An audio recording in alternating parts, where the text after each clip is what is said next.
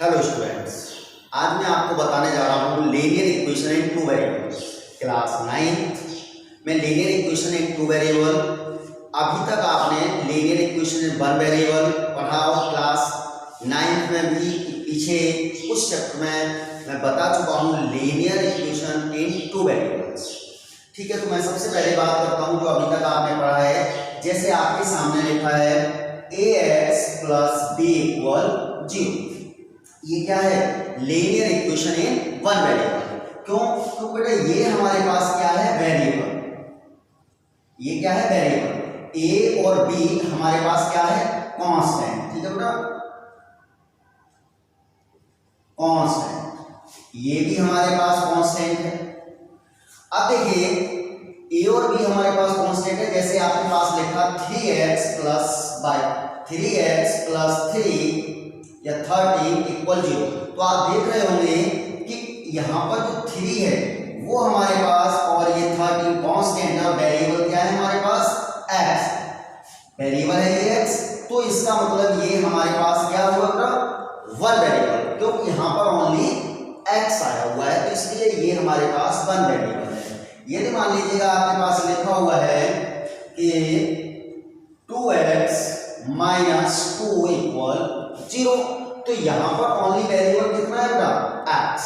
तो इसलिए ये वन वेरिएबल है। एक चीज का ध्यान रखना, linear equation in one variable, एक तो वेरिएबल सिंगल है और उसके अलावा भी लगा है लीनियर। तो ध्यान रखिएगा, वेरिएबल की जो एक्सपोनेंट है, डिग्री है, वो भी आपकी 1 होनी चाहिए, तभी वो linear equation in one variable होगा। क्लियर है?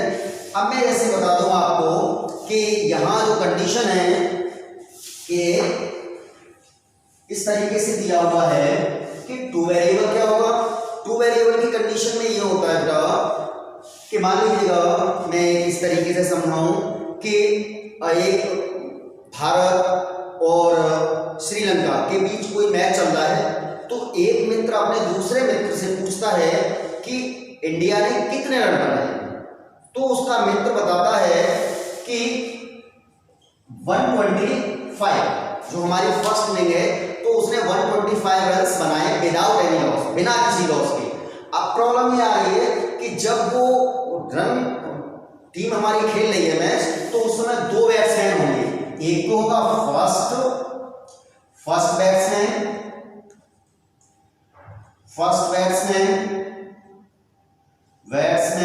Plus second batsman. ठीक है बेटा, सेकंड बैट्समैन इक्वल 125, यानी दोनों ने मिलके हमारे पास 125 बनाए। अब मुझे नहीं पता कि फर्स्ट बैट्समैन ने कितने बनाए और सेकंड बैट्समैन ने कितने बनाए। तो ऐसी कंडीशन में हमने ये मान लिया कि लेट द फर्स्ट बैट्समैन जो है, कि लेट हमने लिया है फर्स्ट बैट्समैन ने x रन बनाए और सेकंड बैट्समैन ने कितने? y रन बनाए। तो ये x और सेकंड ने y = 125। तब आपको ये पता है कि दोनों ने मिलके 125 रन बनाए। तो ऐसी कंडीशन में आपके पास वेरिएबल कितने हैं? 1 और x और y। इस इक्वेशन में आपके पास दो वेरिएबल आए, एक x आया है और एक y आया है, इसलिए हम इसको कहेंगे टू वेरिएबल। क्या बोलेंगे बेटा?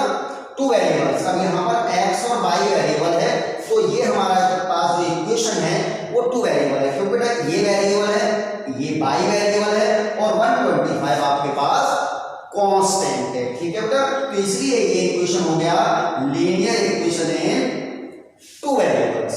क्लियर? तो आप यहां से समझ चुके होंगे linear equation in two variable की स्टैंडर्ड फॉर्म यानी जनरल फॉर्म जो होती है वो ax + by + c = 0।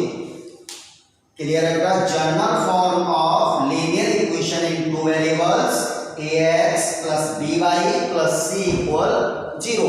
Linear equation in one variable की जनरल फॉर्म में अभी बता के गया हूं, ax + b = 0। क्लियर है? तो यहां से आप देख चुके होंगे ax + b = 0, ये हमारी जनरल फॉर्म है linear equation in one variable की। अब आप यहां से देख रहे हैं ये जो जनरल फॉर्म है linear equation in two variable, तो यहां पर x और y हमारे पास क्या है? x और y कांस्टेंट है, a b और c हमारे कांस्टेंट टर्म है। एक चीज का और ध्यान रखिए, जब जनरल फॉर्म आप लिख रहे हैं ax plus b y plus c equal 0, तो जो हमारे वेरिएबल्स हैं वहां पर आपके पास जो एक्सपोनेंट है वो 1 होनी चाहिए। ऐसा नहीं है कहीं लिखा हो ax square plus b y plus c equal 0, तो आपको पता है अब ये 1 वेरिएबल नहीं है तो पावर 2 होगी। तो कंडीशन क्या है ना हमेशा कि आपके पास जो वेरिएबल हैं उनकी लीनियर इक्वेशन कितनी होनी चाहिए, 1 होनी चाहिए। क्लियर। आगे चलते हैं कि जैसे आपके पास लिखा हुआ है linear equation in one variable ax plus b equal 0। अब आपसे कहा गया है जो लीनियर इक्वेशन वन वेरिएबल है इसको आप 2 वेरिएबल में लिखिएगा। कैसे लिख सकते हैं इसको 2 वेरिएबल में, तो मैं आपको बता दूं, यहां पर आपके पास क्या है, x है, लेकिन इसके अलावा दूसरा वेरिएबल आपके पास नहीं है, तो आप इसको लिख सकते हैं ax plus 0 into y plus b equal 0। क्योंकि ये कांस्टेंट था, ये लिखा हुआ है ax, ये लिखा है, यहाँ पर दूसरा वेरिएबल नहीं था तो हमने 0 इंटू बाई के साथ लिख दिया। ऐसा कोई जरूरी नहीं है कि बाई ही आप लिखेंगे, इसे और ऐसे भी लिख सकते थे ax plus 0 into z plus b equal 0। तो वेरिएबल कोई x और y नहीं है, x या y के अलावा भी बहुत सारे टर्म हो सकते हैं। जैसे आपके पास ये इक्वेशन लिखा है, हो सकता है 3x प्लस 2 इक्वल 0, ये भी आपका कैसा है बेटा, 1 वेरिएबल है। तो यहाँ पर ये कंडीशन आ गई, ये आपका 1 वेरिएबल है। अब मान लीजिएगा ये 1 वेरिएबल के लिए आपने इसको लिखा, इसके जगह 3 बाई प्लस भी हो सकता था इक्वल 0, यहाँ पर 3t प्लस 5 इक्वल 0 भी हो सकता है। तो वेरिएबल ऐसा नहीं है x या y होंगे, उसके अलावा भी बहुत सारे टर्म हो सकते हैं, a b s t z c alpha beta lambda, बहुत सारे आपके वेरिएबल वहां पर आ सकते हैं। क्लियर है बेटा। इसी तरीके से जैसे आपके पास ax plus b by plus c equal 0, 2 variable की जो जनरल फॉर्म है इसको लिख सकते हैं 3x plus 2 by plus 7 equal 0। तो आप यहां से देख रहे होंगे कि यहां पर बेटा वेरिएबल देख रहे हैं आपके पास एक्सपोनेंट भी कितनी है, 1। तो ये लीनियर इक्वेशन इन 2 वेरिएबल्स। अब मान लो हमने इसको लिख दिया 3s plus 5t plus 1 equal 0, तो यहाँ पर x y के अलावा भी कोई भी आपके वेरिएबल आ सकते हैं। तो ये हमारा थोड़ा सा था इस पार्ट से general form linear equation 1 variable और 2 वेरिएबल। ठीक है बेटा। अब आपको ये ध्यान रखना है कि इसमें से मैं एक क्वेश्चन देता हूं, क्वेश्चन नंबर 1 आपके सामने ये है कि express the following equation in the form ax plus b by plus c equal 0 and indicate the values of a, b and c in each case. मान लीजिए क्वेश्चन नंबर 1 का एक फर्स्ट पार्ट है हमारे पास 3x प्लस 2y इक्वल 12, ये आपके सामने लिखा हुआ है। अब आप देख लेना बेटा यहाँ से कि जब ये पार्ट लिखा हुआ है तो आपको इससे a, b और c फाइंड करना है। तो इसकी 2 वेरिएबल्स हमारे पास है, तो यहाँ से 2 वेरिएबल से आपने क्या देखा कि यहाँ से a और b और c की वैल्यू फाइंड करो। तो जनरल फॉर्म होती है ax plus b by plus c equal 0। तो हम इस इक्वेशन को क्या करेंगे बेटा, इसकी जनरल फॉर्म में लेके आएंगे। सबसे पहले इस इक्वेशन को ये जनरल फॉर्म में लिख लीजिएगा। तो क्या हुआ बेटा, 3x प्लस 2y और ये माइनस 12 इक्वल 0। जनरल फॉर्म यानी इक्वल में आप 0 बना दीजिएगा। ठीक है बेटा।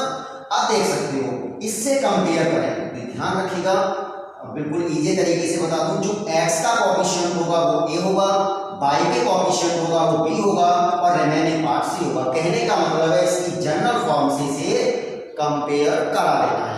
ठीक है। तो यहां से कंपेयर कराने के बाद आपको देख लिया x यहां कैंसिल होगा, या x का कोएफिशिएंट यहां कितना है बेटा 3, तो यहां से हो चुका है a इक्वल 3। क्लियर है। अब यहां से बेटा b कितना आ गया, b इक्वल 2 और c इक्वल माइनस 12। तो देख रहे हो यहां से x तो कैंसिल, यहां से आ जाएगा a इक्वल कितना आ गया 3। जैसे यहाँ y को हमने क्लोज किया तो ये कितना आ गया b इक्वल 2 और c इक्वल -12। ध्यान रखिएगा अगर साइन प्लस का है तो कोई जरूरी नहीं है कि आप यहाँ पे प्लस लगाएं, लेकिन यदि माइनस का है तो माइनस का साइन आपको लिखना होगा। क्लियर है? मैं एक छोटा सा सेकंड पार्ट और देता हूँ आपके सामने। जैसे लिखा है x - y/2 -5 इक्वल 0, ये आपके सामने लिखा है। तो आप देखिएगा ये ax + by + c इक्वल 0।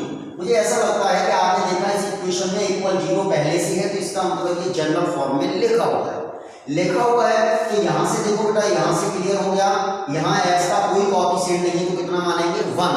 ऐसा नहीं इसके साथ 0 रखते, अगर यहाँ x नहीं होता तो a की वैल्यू 0 हो जाता, अगर x है तो मतलब इसका कोएफिशिएंट 1 है।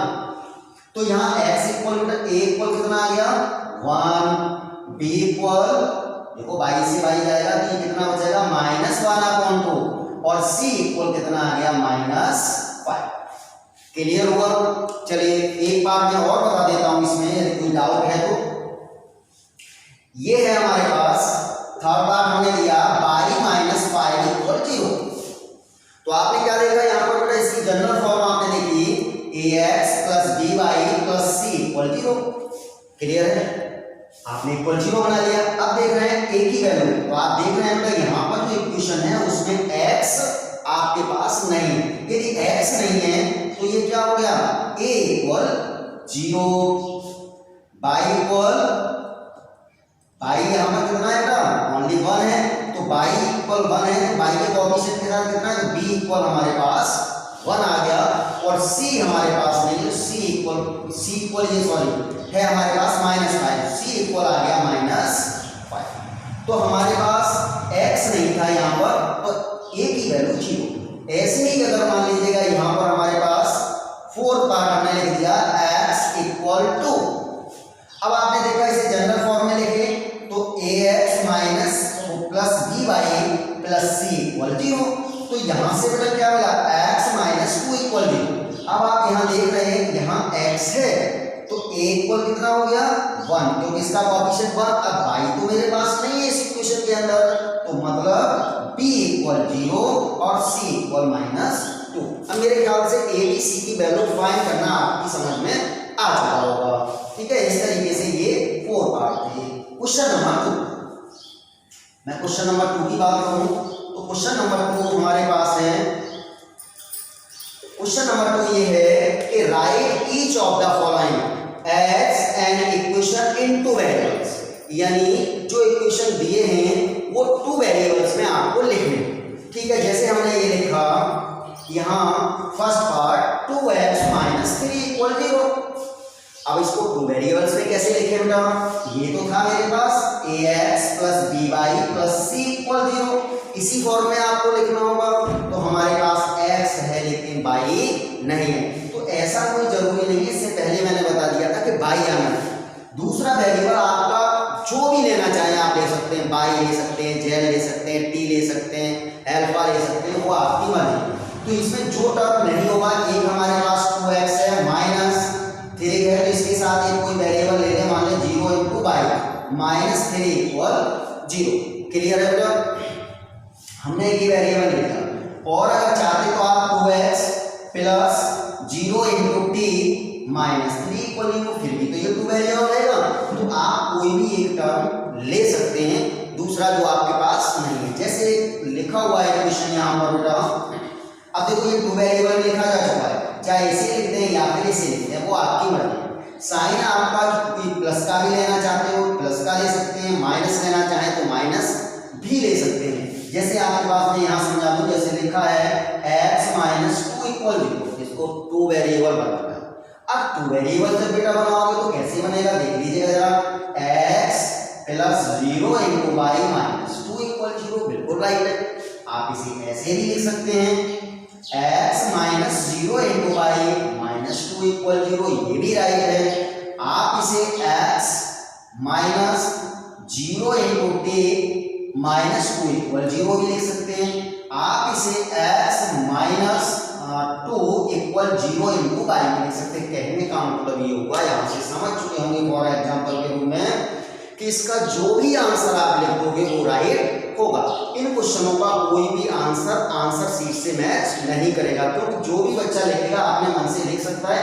बस मुझे तो ये चेक करना है कि उसके पास वो वेरिएबल इक्वेशन में है या नहीं। तो आप कोई भी वेरिएबल उसके साथ लगा सकते हैं, ठीक है। चलिए इसका सेकंड पार्ट ये है। Second part y = 3। तो अब आपके पास क्या नहीं है बेटा, x नहीं है, तो बस x या कोई भी अदर वेरिएबल लगा सकते हैं। तो आपने लिख दिया है 0 × x + y = राइट हो जाएगा। क्लियर है बेटा। आपको बस इतना ध्यान रखना है कि ax + by + c = 0 की फॉर्म में लिख देना है। क्लियर है। चलिए मैं अगला क्वेश्चन नंबर 3 पर पहुंचता हूं बेटा। क्वेश्चन नंबर 3 है हमारे पास। क्वेश्चन नंबर 3 में ये कहा गया है कि आप कैसे पता करेंगे कि ये इसका सॉल्यूशन है या नहीं। ठीक है, जैसे आपके पास दिया हुआ है कि ये इक्वेशन है 2x - y = 6 में क्वेश्चन ये है हमारे पास, check which of the following are solution in the equation 2x - y = 6 and which are not, कि ये इसके सॉल्यूशन है या नहीं। तो इसके पॉइंट्स ले रखे हैं बेटा, ठीक है। जैसे फर्स्ट पार्ट लिया है, इसके पॉइंट्स है हमारे पास 3, 0, ठीक है बेटा। इसके पॉइंट है हमारे पास 3, 0।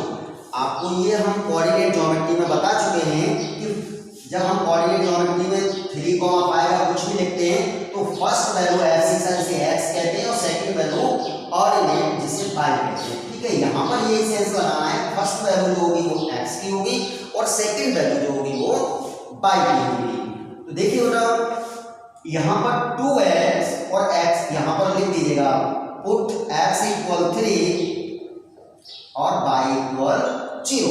तो यहाँ पर x की जगह आपने क्या किया बेटा 3, तो 2 × 3 माइनस y की प्लेस पे 0 = 6, तो 6 = 6 -0 है। तो आप देख रहे होंगे यहाँ पर LHS = RHS। यदि LHS = RHS आ गई तो ये दोनों जो सॉल्यूशन है 3 और 0, 3, 0 जो पॉइंट है वो इसका सॉल्यूशन होगा।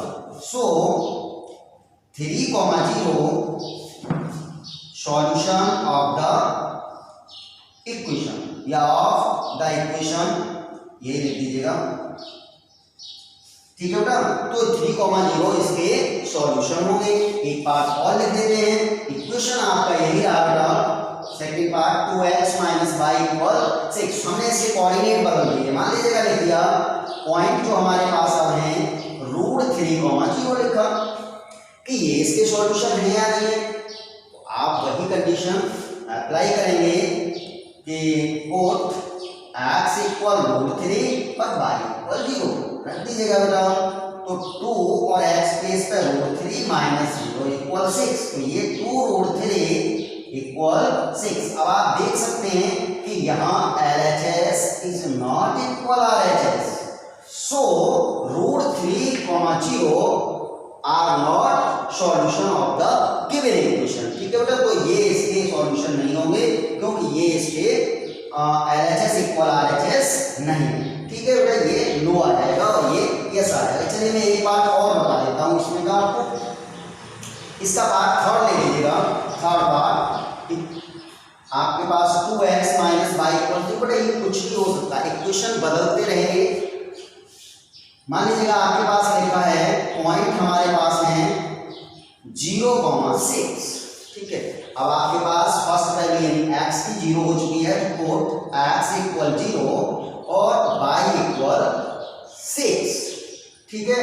तो यहाँ पर 2x की जगह 0 माइनस y प्लेस पर 6 और = 6, तो ये तो बेटा 0 हो गया।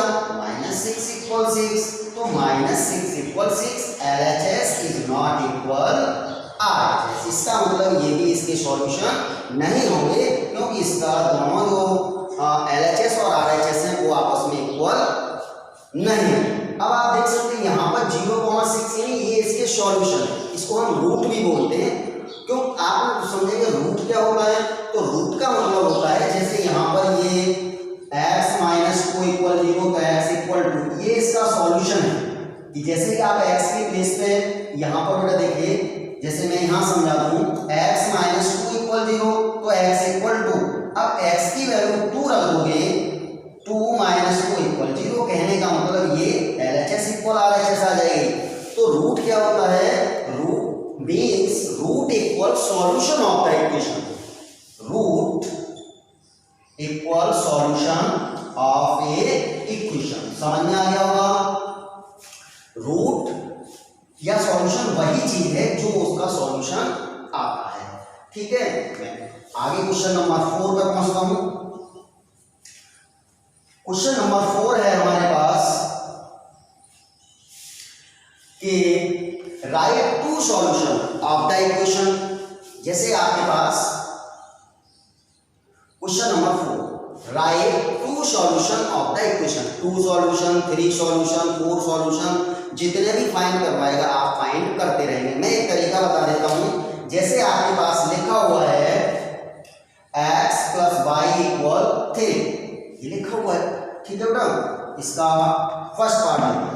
तो x प्लस वाई इक्वल 3, इसके आपको 2 सॉल्यूशन फाइंड करने हैं। देखिए जरा, पुट x इक्वल 1, मैं आपको बता दूं x या y, 2 वेरिएबल्स में से कोई भी एक वैल्यू आप अपने अकॉर्डिंग पुट कर सकते हैं, जो आप काम करें, लेकिन दूसरी वैल्यू उसमें पुट करने के बाद फाइंड होगी। जैसे हमने अपनी मर्जी से रख दिया x इक्वल 1, आप रख सकते हैं -1, आप रख सकते हैं 0, आप रख सकते हैं जो मन में आए वो रख सकते हैं एक वैल्यू।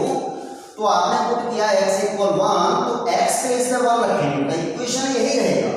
तो 1 प्लस y इक्वल 3, तो 1 y इक्वल 3, ये प्लस का 1 है, RHS में ले गए 1, तो y इक्वल आ गया बेटा। तो अगेन पुट आपने वैल्यू आपको जो मन में आए, चाहे x की रखो चाहे y की रखो, वो आप पे डिपेंड करता है। x इक्वल रख दिया, मान लीजिएगा हमने -2। अब देखिए बेटा, x के प्लेस पे आपने -2 रखा, प्लस y इक्वल 3, ध्यान रखिएगा इक्वेशन वही रहेगा। अब आपने पुट किया, तो यहाँ पे क्या आ गया बेटा, y इक्वल 3, ये -2 प्लस हो गया, y इक्वल 5।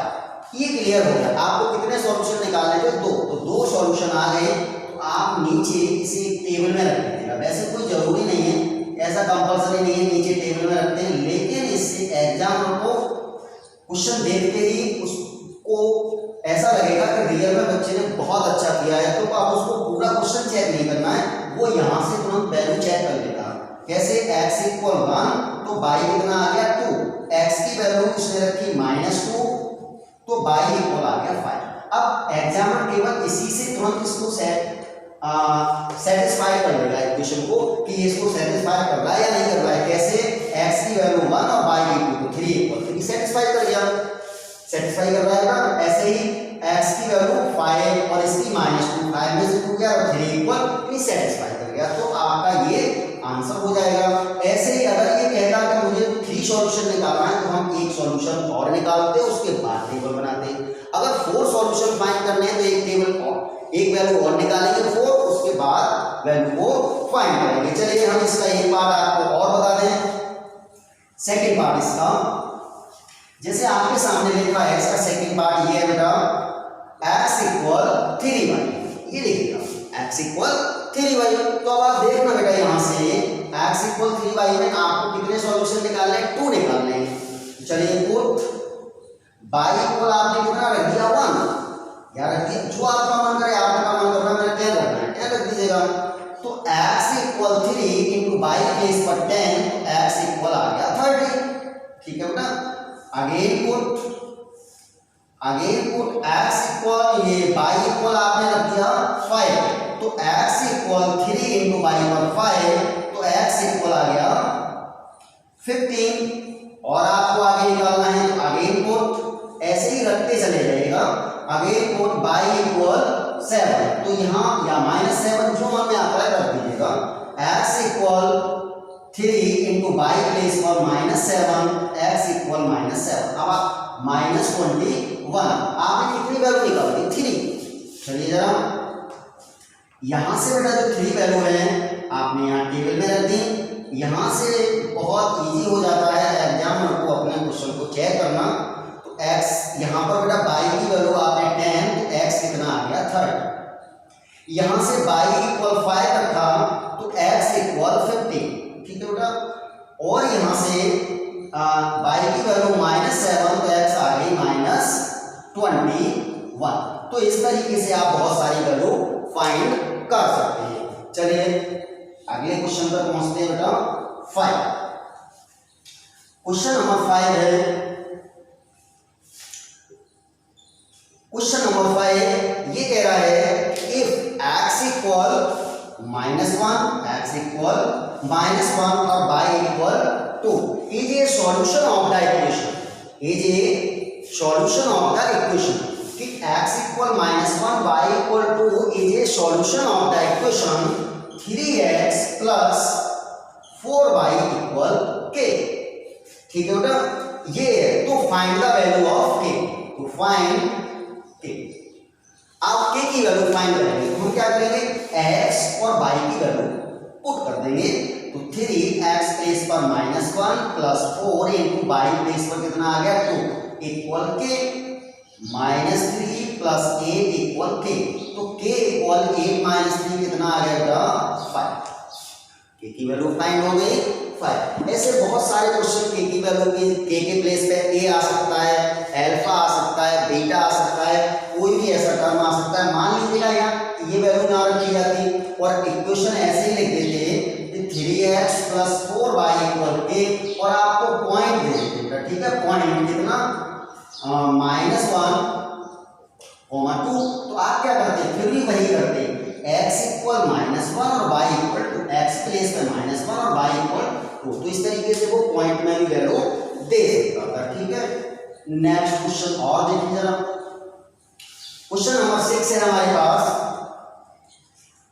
एक क्वेश्चन नंबर 6 आया कि आप इसे फाइंड करिए बेटा कि आपके पास है find the value of lambda if x equal minus lambda, x equal minus lambda, y equal 5/2 is a solution of the equation x plus 4y minus 7 equal 0।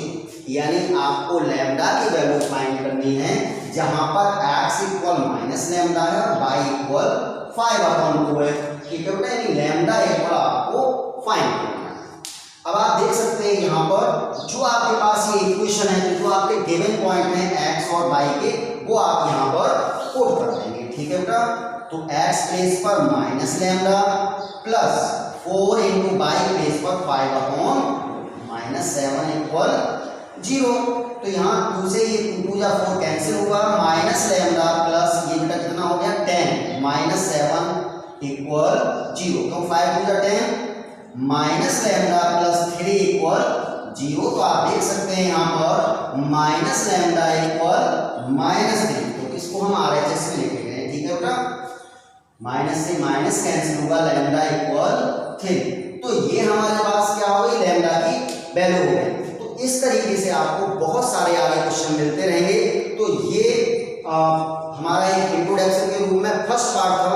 फिर भी आपको अगर कोई प्रॉब्लम आती है तो आप हमें कमेंट बॉक्स में या हमारे मोबाइल नंबर पर आप कोई भी क्वेश्चन मुझे पूछ सकते हैं।